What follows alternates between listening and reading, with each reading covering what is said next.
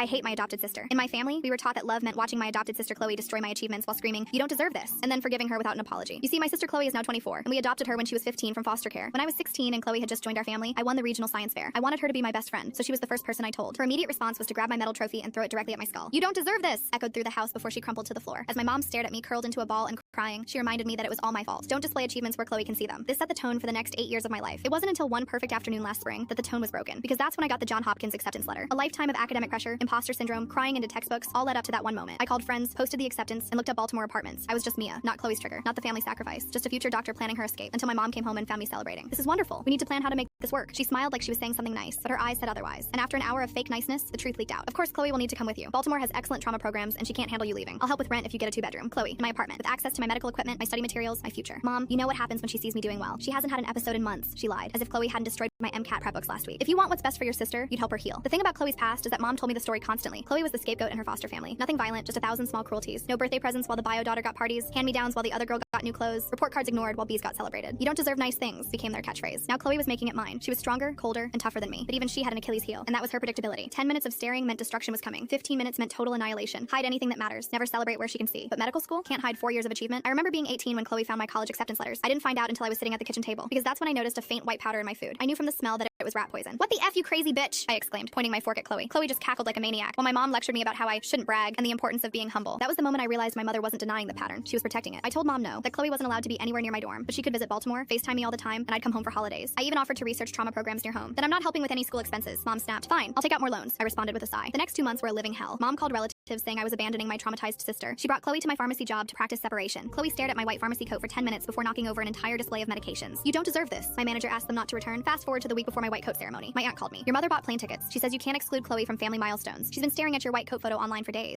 I knew what that meant. Mom had spent 8 years making sure I understood that Chloe's trauma mattered more than my future. Every destroyed achievement had a matching excuse about foster care. But I wasn't a scared, people-pleasing 16-year-old girl anymore. I was a woman who knew my worth, and I was ready to bite back. Full story on channel, link below.